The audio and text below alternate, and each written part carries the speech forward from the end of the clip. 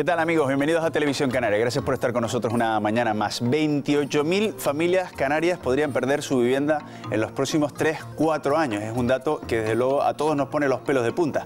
Hoy hemos invitado a nuestros estudios a Carlos Baños, es el presidente de la Asociación de Afectados por Embargos y Subastas. Bienvenidos, Carlos. Hola, buenos días, Mayor. Claro, uno cuando escucha este dato y analiza que desde 2008 hasta aquí han perdido su vivienda entre 10.000 y 15.000 canarios, uno dice, lo peor está por llegar, entonces.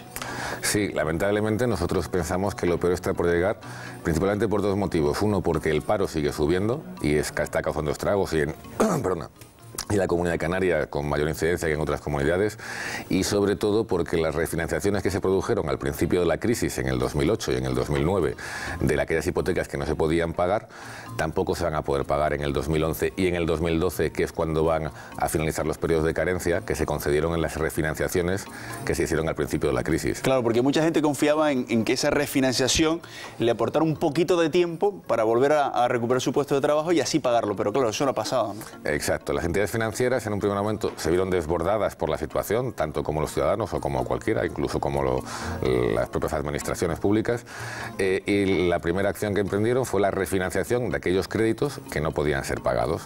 Aquellas refinanciaciones sobre todo consistían en dar un periodo de carencia de entre 2 y 3 años, aumentando el importe de la hipoteca. Este periodo de carencia está finalizando y aquella gente que tenía esos problemas no ha vuelto a encontrar trabajo, no tiene más ingresos. Entonces, pues entre finales del 2011 y primeros del 2012 ya no podrán volver a refinanciar y esas hipotecas caerán en mora. Claro. Bueno, ¿qué supone, Carlos Baños, para una familia perder su vivienda? Porque ustedes han tenido, desgraciadamente, vamos a decirlo así, la experiencia de vivir cerca de las familias que han experimentado este proceso. ¿Cómo vive una familia este drama? Pues no es de mal, ¿no? Ese es el resumen. Me parece muy mal. El primer efecto que yo creo es la ansiedad que genera en todos los miembros de la familia, que no se puede disimular. Tú cuando vas a perder tu casa porque no puedes pagar la hipoteca, no piensas tanto en lo que vas a perder, sino en qué va a ocurrir en el futuro. Y no lo sabes, está lleno de incertidumbres, porque no sabes ni siquiera qué consecuencias va a tener el propio hecho de perder tu casa y quedarte con deuda.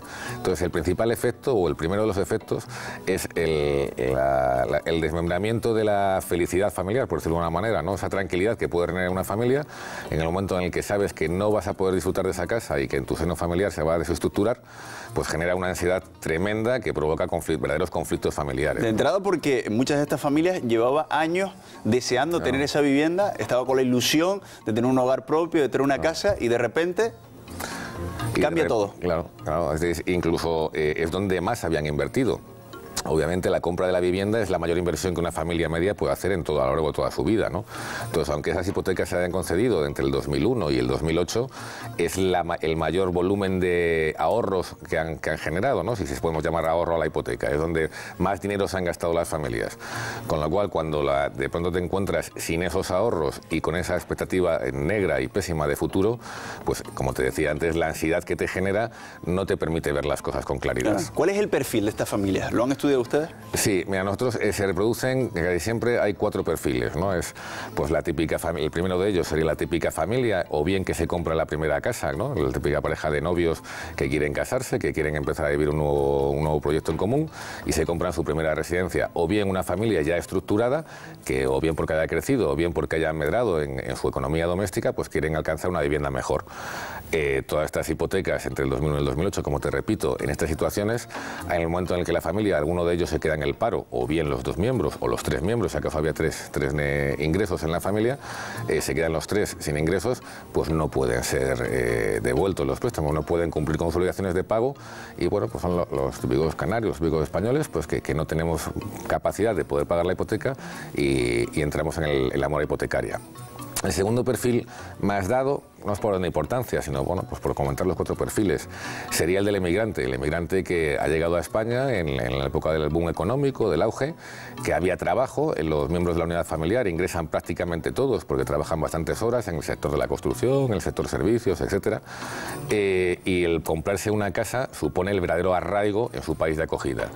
Era facilísimo comprarse una casa porque el acceso al crédito era tremendamente fácil, ¿no? Y además la especulación que se provocaba sobre la vivienda en el que cada vez valía más aquella casa que te habías comprado, incluso hace un año, pues valía un 20% más al año siguiente. Y además todos nos ponemos en la piel del emigrante, Carlos, y pensamos, bueno, he llegado a una tierra próspera, esto va a seguir siendo así toda la vida. Claro. No conocen la historia cíclica que a lo mejor nosotros por nuestros padres o por nuestros abuelos o nosotros mismos hemos tenido que sufrir, ¿no? Entonces, este grupo de población pues fueron los primeros azotados por la crisis, fueron los primeros que se quedaron en el paro y realmente ha causado estragos entre este grupo de la población. El tercero serían los avalistas, ¿no? Que son todas aquellas personas que ayudaron a esa compra de la vivienda y a firmar esa hipoteca, avalando sobre todo a sus hijos. Padres normalmente. Son padres, sí. La mayoría de ellos son padres, que hombre, ¿cómo no vas a avalar a tu hijo si se quiere comprar una vivienda? Y ese aval era requisito indispensable en la mayoría de las ocasiones para poder acceder al crédito. ¿Y muchas veces hipotecaron también sus casas, las casas que ya estaban pagadas? No tantas veces hipotecaron sus casas, porque yo creo que nuestros padres tienen quizás otra cultura diferente que la que tenemos nosotros, ¿no? Bueno, no sé si más conservadora, pero a la postre se ha visto que bastante más positiva. Se lo pensaron un poco más. Se lo pensaron un poco mejor que nosotros. Entonces, esta gente ahora mismo, después de que ha visto que sus hijos han perdido la casa o porque no pueden pagar la hipoteca, por lo que fuera, están viéndose abocados a una ejecución hipotecaria por el resto hipotecario que les han quedado a sus hijos y ellos son los avalistas, ¿no? Entonces pueden perder su casa y están de hecho perdiendo sus casas. Y después está también un escenario que entiendo que es complicado, que me imagino que ustedes también tendrán ese perfil, y es de los divorciados. Sí, realmente. Especialmente duro, ¿no? Porque... Sí, porque nosotros no sabemos si la mora empieza por el divorcio o el divorcio empieza por la mora, ¿no? Este es muchas veces el problema. No hemos sido capaces de sacar un perfil en esta situación porque es muy difícil encontrar el origen, ¿no? Pero sí que es cierto que el propio divorcio es imposible que se produzca. Si no puedes pagar tu hipoteca, no vas a poder pagar tu hipoteca y además un piso alquilado, ¿no? O si realmente no puedes pagar tu hipoteca, se ha generado tanto problema en el seno familiar que al final acaba en un divorcio, ¿no? En un núcleo familiar. Y hay una cosa que es especialmente difícil de entender, pero es la realidad y así lo dice la ley. Los dos señores que fueron parte de esa pareja, aunque se hayan divorciado, tienen que pagar a partes iguales la hipoteca. Absolutamente de acuerdo. Bueno, como tú bien dices, es que lo dice la ley, no es... Lo que pasa es que cuando alguien se divorcia, sí que es cierto que el juez que administra ese divorcio jurídicamente obliga a uno u a otro, en función de la situación económica que tengan, a pagar o a responsabilizarse. Pero legalmente, en el orden civil, está clarísimo que quien firma una hipoteca es responsable solidariamente de esa hipoteca. Y da igual lo que luego digan en una sentencia de divorcio. Tienen la misma responsabilidad y los dos van a acabar de la misma manera si esa hipoteca no se paga. No, o sea, en caso, por ejemplo, de incumplimiento por parte de la pareja que tiene que pasarle, a lo mejor el hombre a la mujer, pues una serie de prestaciones o una serie de dineros para que cuiden a sus hijos, al final, si esa persona incumple y eso llega a los tribunales, los dos tienen que pagar a la mitad la casa o lo que... Los dos tienen las mismas consecuencias, es decir, que si después de perder la casa porque no han podido cumplir con sus obligaciones de pago ha quedado una deuda, va a penderse exactamente sobre los dos igual, de la misma manera. Este es el otro escenario también doloroso, ¿no? Aquellas familias que han perdido su vivienda y bueno, como pidieron más dinero, porque además se concedía alegremente de lo que valía su vivienda, ahora tienen que seguir pagando aunque hayan entregado las llaves de la vivienda. Claro. Luego, para muchos tienen que pagar ese resto y además el alquiler. Si ya no podían pagar la hipoteca, ¿cómo va a poder pagar el resto de la hipoteca y el alquiler? Difícil, ¿no? Bueno, es que realmente en la mayoría de los casos no se paga. No se paga. Entonces el banco lo reclama, el banco lo exige y la consecuencia inmediata es entrar de lleno en la economía sumergida. Nadie quiere tener después de un suceso como esto, bueno, nadie, la mayoría de las personas no quieren tener una nómina porque saben que esa nómina va a ser embargada. Entonces lo que estamos haciendo es disminuir el tejido productivo y aumentar el recoveco social de la economía sumergida. O sea, muchas personas se han visto obligadas a estar en la economía sumergida. Sí, la mayoría de las personas que han perdido el hogar, que no han podido pagar el resto hipotecario, en el momento en el que tengan cualquier tipo de ingresos es exigible, esa deuda es exigible el resto de sus días. Entonces prefieren no tener ningún ingreso legal, por decirlo de alguna manera, y entrar de lleno en la economía sumergida para al menos sobrevivir. Claro. Carlos, es importante que expliquemos el proceso, porque conocemos familias que a lo mejor al segundo mes de no poder abonar la cuota al banco, abandonan su vivienda por miedo a que venga el banco y retire pues la vivienda a esas personas. Pero ¿es así el proceso? ¿Cómo es el proceso realmente, Carlos? Mira, el procedimiento de ejecución hipotecaria está perfectamente tipificado en el orden jurídico, como te comentaba antes, y en realidad el banco lo primero que tiene que hacer es cancelar la hipoteca. Es el primer aviso legal, por decirlo de una manera, de que esa hipoteca va a entrar en un procedimiento ejecutivo. Pero antes de eso, por ejemplo, si una persona deja de pagar su hipoteca un mes, ¿Hay algún problema? No. Las entidades financieras no quieren tampoco meter en problemas a sus clientes. Entonces, porque alguien deje de pagar la hipoteca un mes, no se inicia un procedimiento de ejecución hipotecaria. 2 meses sin pagar la hipoteca. ¿Empezamos ya a mosquear al banco? Bueno, legalmente se podría empezar con un impago. La mayoría de las hipotecas están firmadas y con un solo impago se podría reclamar. No es la tónica habitual. En realidad, yo creo que las entidades financieras tardan un tiempo en entrar en un procedimiento de ejecución hipotecaria porque intentan ver cuál es la realidad de su cliente e intentan buscar una alternativa, porque ellos no quieren la casa, claro. Ellos quieren que les paguen el crédito. Vamos a ponernos en la situación de la familia. La familia deja de pagar la hipoteca dos meses, sabe que está en una situación complicada y que aquello va a continuar. ¿Qué sería lo ideal para esta familia no encontrarse con un escenario dramático al final? ¿Qué deben hacer en ese momento? Bueno, pues lo primero, informarse. Lo primero, informarse de qué es lo que se enfrentan, qué es lo que van a tener por delante en los siguientes meses o en los siguientes años, para despejar incógnitas y eliminar ansiedades. Yo creo que esto es muy importante, porque el miedo al futuro y el miedo provocado por el desconocimiento es lo que genera la verdadera ansiedad, lo que hace pasar mal o lo que hace pensar mal. Y es lo primero que tienen que hacer. O sea, por ejemplo, dirigirse a una asociación como la que Carlos Baños representa, yo creo que en ese momento del que estamos hablando, es muy recomendable. Sí, nosotros recomendamos al ciudadano que incluso antes de empezar a dejar de pagar la hipoteca, incluso cuando empieza a pensar que quizás en unos meses va a tener problemas porque no tiene los suficientes ingresos o lo que fuere, que se adelante, que se acerque a la asociación, porque ahí es cuando somos capaces realmente de encontrar una alternativa cuya conclusión va a ser mucho más positiva que si ya estamos en mitad de un procedimiento de ejecución hipotecaria. Vamos a ponernos en ese escenario y vamos a ponernos en la piel de esas personas que a lo mejor intuyen que dentro de unos meses van a tener problemas y van a tener que dejar de pagar su hipoteca. ¿Qué le recomendaría Carlos a esa familia? Bueno, pues lo primero, que echen números y que vean realmente cuáles son prioridades. Si no pueden pagar la hipoteca, que vean la posibilidad de intentar vender esa vivienda. Si existe esa posibilidad de vender la vivienda y cancelar la hipoteca, pues sería la situación ideal y empezar una nueva vida sin ninguna deuda y sin ningún problema. Por desgracia, esto no suele ocurrir, porque las hipotecas concedidas en el periodo del boom son bastante superiores al valor real de la vivienda a día de hoy, por la bajada continua de la vivienda. Porque ahí hacemos un paréntesis que yo creo que es importante hacer ese paréntesis. Pecaron tanto los que pidieron la hipoteca como los bancos que las concedieron, ¿no? Yo creo que todos somos igual de responsables. ¿Con qué barbaridad se ha encontrado Carlos? Bueno, yo no sé, con miles de barbaridades, pero pues desde una casa que a día de hoy vale 80.000 euros, por ejemplo, y que tiene una hipoteca de 350.000. Eso, a juicio de cualquiera, es un disparate, ¿no? ¿Y eso lo concedió un banco? Claro, esa hipoteca no la robaron, no la cogieron de algún sitio y la adjudicaron a esa casa, sino que un banco tasó aquella vivienda y le concedieron una hipoteca a un cliente suyo por valor por esa cantidad de 350.000 euros. O sea, se infló la tasación y en este caso el que pidió la hipoteca aceptó que se inflara. Claro, porque era muy fácil el acceso al crédito. Pues imagínate que te vas a comprar la casa y a aquella época a lo mejor le valió 150.000 euros. Te sobraban 200.000 euros para tener dinero ahorrado, irte de vacaciones, comprarte un coche, regalarle otro coche a tu hijo, y ese consumo desmedido provocado por la facilidad de acceso al crédito es lo que ha hecho que esa cobertura del crédito, que es el piso, no tenga ningún valor respecto al propio crédito en sí. Como si nosotros no fuéramos a pagar esa deuda con el banco, ¿no? Claro, es como que, bueno, nos daba un poco igual, porque era tan fácil el acceso al dinero, el acceso al crédito, vamos, no al dinero, sino la financiación, bueno, pues que era como tener cumplido un sueño. Por muchos pensábamos que es que habíamos despertado de una pesadilla o que habíamos despertado de una vida cotidiana y que nos había tocado la lotería, porque nos costaba 150.000 y nos prestaban 350.000. Pues y otra pregunta, Carlos, de paréntesis, que yo creo que es importante. Todas estas personas que pidieron una hipoteca, ¿sabían exactamente lo que iban a pagar al final de ese periodo de 15, 20 años?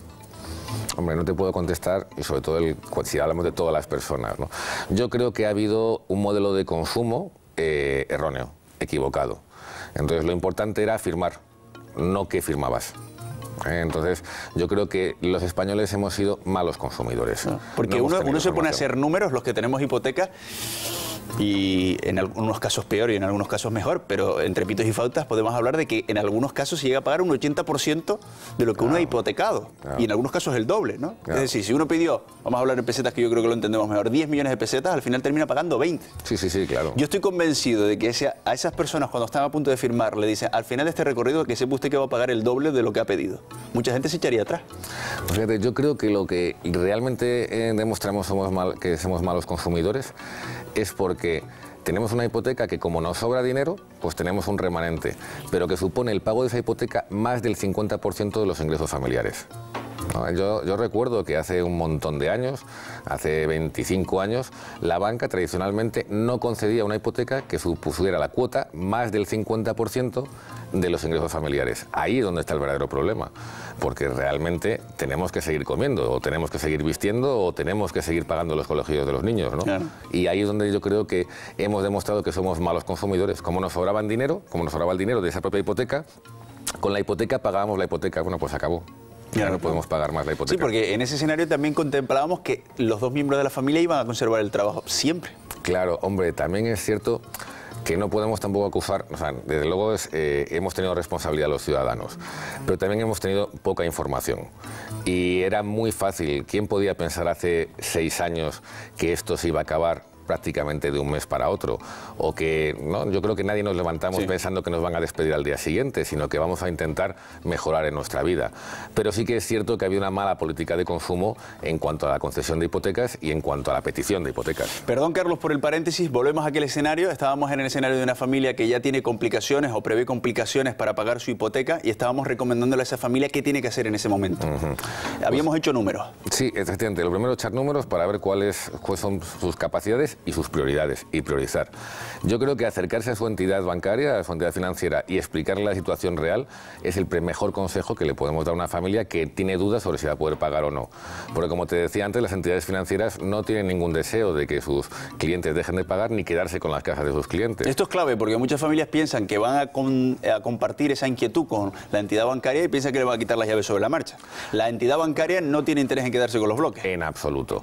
Lo que sí que es cierto es que las entidades bancarias son organizaciones muy grandes en los que hay muchas personas. Entonces, todos conocemos a alguien, todos tenemos una experiencia de que algún director de una sucursal le ha metido miedo a un amigo, a un familiar o lo que fuera. Pero yo creo que son el menor número de ocasiones.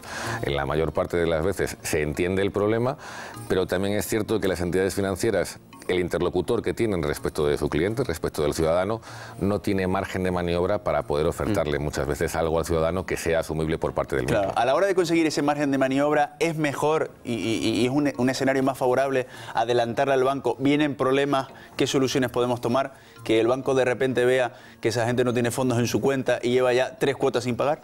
Yo entiendo que sí. Yo entiendo que sí, porque es que antes o después se van a enterar. O sea, no es una cuestión de ocultarlo y eso me va a hacer mejorar en el futuro. Yo creo que si vamos adelantando, pues quizás ese director de sucursal o el banco que fuere va a poder pensar más tiempo con nosotros en cómo solucionar el problema. Porque no se puede ocultar el problema, es algo que no podemos pasar por alto, ¿no? ¿Qué soluciones podemos pedirle al banco?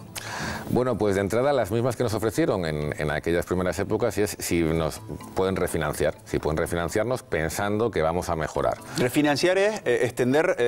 ampliar la hipoteca para poder pagar el tiempo que no tengamos dinero para pagarla, ¿no? Básicamente es eso. Esto es si tenemos unas expectativas o unos umbrales de mejora razonables, ¿no? Porque esto, bueno, pues puede pasar una vez, pero indudablemente no puede pasar 2. O sea, pues con el banco podemos negociar y decir, vamos a ver, yo estoy pagando 600 euros al mes y solamente tengo 300 euros. Exacto. ¿Qué podemos hacer? Y el banco Préstame tiene capacidad... el dinero suficiente como para poder cubrir esa cuota de 600 y alárgame el plazo de la hipoteca, ¿no? Esto es una práctica habitual que se ha hecho en banca toda la vida y que se hace y que todavía se hace. Lo que sí que es cierto es que ahora mismo los bancos están temerosos del impago, ¿no? Entonces poner más dinero encima de la mesa pues les asusta. Claro. Les asusta. Para algunas familias eso puede también ser delicado porque lo ven como una huida hacia adelante. Bueno, de hecho lo es. O sea, es que realmente es una huida hacia adelante. Pero es quizás en algunos casos la única huida posible en ese momento. Porque, bueno, pues igual que tienes incertidumbres en el futuro, esas incertidumbres pueden llevarte a un lugar peor o a un lugar mejor. En el caso de que mejoren y que si los 2 miembros de la unidad familiar están en el paro y alguno vuelva a encontrar trabajo, pues quizás esa sea la mejor alternativa. Pero vamos, desde luego no es la alternativa eficaz. ¿Y puede el banco simplemente reducir la cuota y alargarnos a lo mejor si teníamos un plazo a 20 años a 25? Sí, sí, también el banco puede hacerlo, puede aumentar el plazo de tiempo de amortización del capital prestado y eso reduce automáticamente las cuotas que tenemos que pagar al mes. O sea, que ese podría ser también otra opción. Esa es una de las opciones, pero indudablemente esa opción el banco la va a aceptar o la va a mirar con más cariño si no se la decimos cuando llevamos sin pagar 3 cuotas o 4 cuotas o 5 cuotas, sino cuando vemos que dentro de un mes o dentro de 2 meses no vamos a poder pagar. ¿Qué es más difícil para el banco?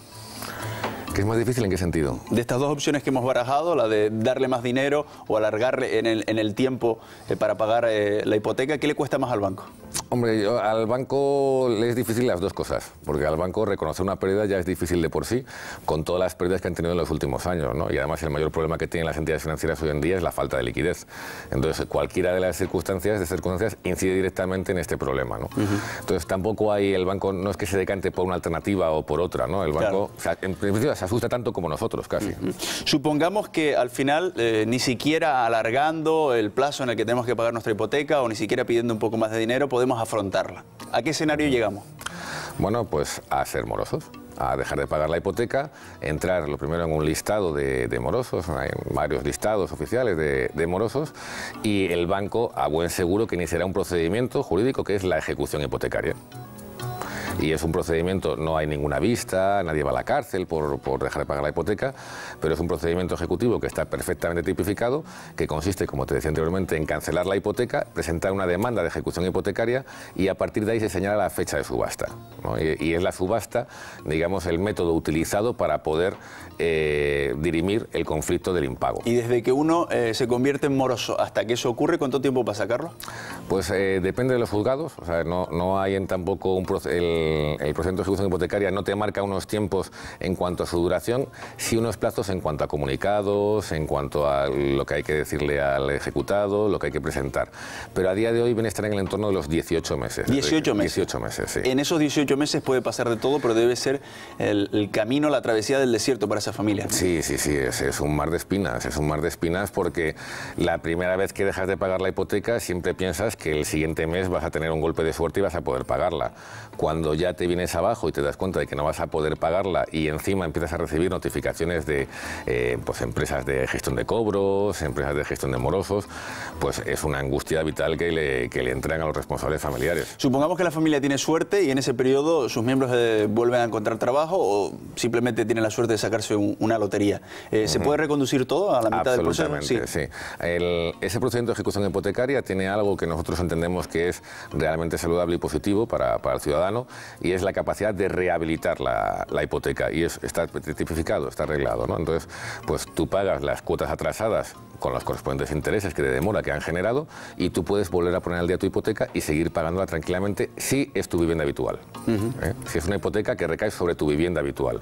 Es una facilidad que se le da al ciudadano que ha tenido problemas transitoriamente, que ha sido capaz de superarlo y que, bueno, no tiene por qué haberse abocado a perder la casa, sino que ahora tiene capacidad de pago. Claro. Llega la ejecución hipotecaria y volvemos a un tema que antes tocábamos de pasada. Mucha gente se pregunta, y bueno, y si yo entrego las llaves, ¿por qué tengo que seguir pagando dinero al banco? Bueno, porque así lo ha firmado.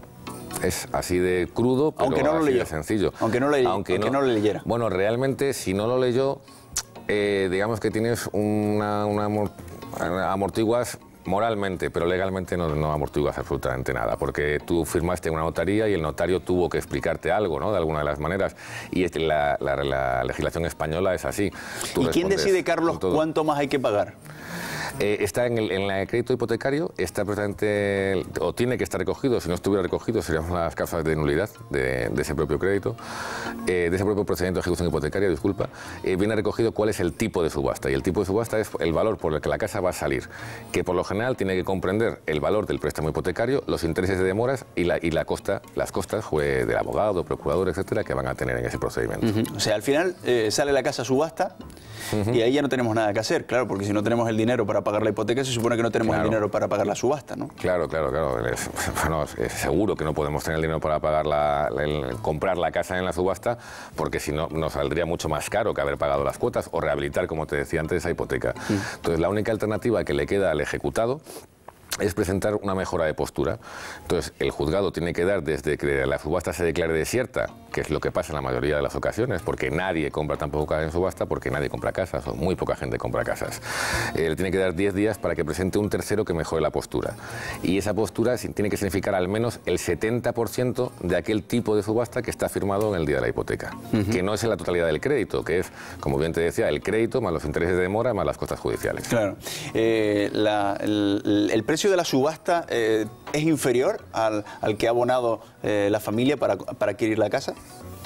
En cuanto, si lo hiciéramos por un margen de tesorería, no. Realmente casi nadie, o en muy pocas ocasiones, se ha pagado el 50% del tipo de subasta, se ha amortizado en cuotas, ¿no? Entonces, lo que sí que es, cuando se declara desierta la subasta, y como te comentaba, es en la mayoría de las ocasiones, se la adjudica el ejecutante, el banco, por el 50% de este tipo. Entonces, pues aquella casa, por ejemplo, que te comentaba, de 350.000, se la adjudica, a lo mejor sale a subasta pues por 450.000. Suele ser aproximadamente los intereses de demora y las costas un 30% del principal del préstamo. Y se la adjudica al banco en 225.000. Y por lo general esa familia no había pagado ya los 225.000 euros. ¿Qué hace el banco después con esa casa que se ha adjudicado? Venderla. Bueno, primero tiene que tomar posesión de la misma. Tiene que pasar un periodo de tiempo hasta que se produzca el lanzamiento, que es la última parte que el ciudadano sufre de ese procedimiento de ejecución hipotecaria, que es cuando se presenta en tu casa una comisión judicial con el procurador del banco, un oficial del juzgado y en algunos casos pues un cerrajero o la policía, y tienes que desalojar tu casa en ese momento. Entonces el banco, una vez que toma posesión de esa casa, pues sí tiene que arreglar la regla y la pone a la venta porque no quieren ser inmobiliarias. Claro. ¿Y la pone a la venta a un precio bueno, o el banco trata en ese momento también de sacarle rentabilidad a esa vivienda porque necesita el dinero? Bueno, la pone al precio que puede. O sea, a día de hoy el precio de la vivienda está continuamente bajando, lo estamos sufriendo, y es uno de los motivos también por el que este problema existe y se da cita. Entonces el banco pues la vende al precio que puede, al precio que alguien paga por ella. Que posiblemente, si lo hubiéramos pensado con anterioridad ese precio, hubiéramos podido alcanzar algún acuerdo. Pero claro, porque eso no existe, ¿no? Esto no existe. Esta casa que te comentaba, que tomamos como ejemplo, es que vale 80.000 euros. Entonces, el banco le podrá haber concedido lo que quiera, pero es que esa casa vale 80.000 euros y no va a haber nadie en el mercado dispuesto a pagar 350.000, ni 200.000, ni 100.000. Pagan 80.000 como mucho. Claro, sobre todo desde los que pierden la casa, seguro que más de uno pensará, bueno, ¿y no era mejor que el banco gestionara conmigo, negociara conmigo por ese precio que la está vendiendo ahora, que a lo mejor eso yo sí lo podía haber pagado, pero eso lamentablemente no sé si se va a producir en los próximos meses, en los próximos años, pero hoy en día no es una realidad? No, hoy en día esto realmente tampoco en muchas ocasiones lo pueden pagar, porque si no tienes ingresos y tienes que comer y, como te decía, tienes que comprar los libros del cole, es que no puedes pagar 700 euros, a lo mejor tienes que buscar un alquiler de 300 euros o reinventarte, o sobre todo irte a vivir con la familia, que yo creo que es la alternativa que a día de hoy más están tomando los que han sufrido una ejecución hipotecaria. Estamos hablando con Carlos Baños, es el presidente de la Asociación de Afectados de Embargos y Subastas. Acaban de inaugurar un centro en la isla de Gran Canaria, también tienen ustedes pensado abrir un centro en la isla de Tenerife en breve. Todas aquellas personas que a lo mejor pues, se sienten un poco inquietas con este asunto o lo están sufriendo, ¿qué les puede aportar la asociación, Carlos? Bueno, pues lo primero, una cara y unas orejas que les escuchen. ¿Vale? Que yo creo que esto es una parte importante. Cuando una persona está viviendo un proceso como este, agota, ¿no? Es cuando es lo de los monotemas, ¿no? No puede hablar otra cosa prácticamente y todo su entorno ya está un poco agotado, sobre todo porque no es capaz de dar una alternativa. No es capaz de aportarle nada. Y muchas veces se desahoga con personas que no le pueden aportar nada. Exacto. Entonces nosotros lo primero que hacemos es escuchar, y además este es un poco nuestro procedimiento, ¿no? Lo primero, escuchamos a nuestros asociados, intentamos entenderles, intentamos encontrar cuáles han sido los puntos reales por los que se han llevado a esta situación, y esa es la primera fase. Después, entender con esto que le ha pasado, entender en qué situación están y explicárselo. Y sobre todo despejar incógnitas. Yo creo que muchas veces esa ansiedad de la que hemos comentado antes viene provocada por el miedo a lo desconocido. Bueno, pues explicarle lo que te estoy contando ahora mismo, pero quizás con más detalle y en su caso concreto.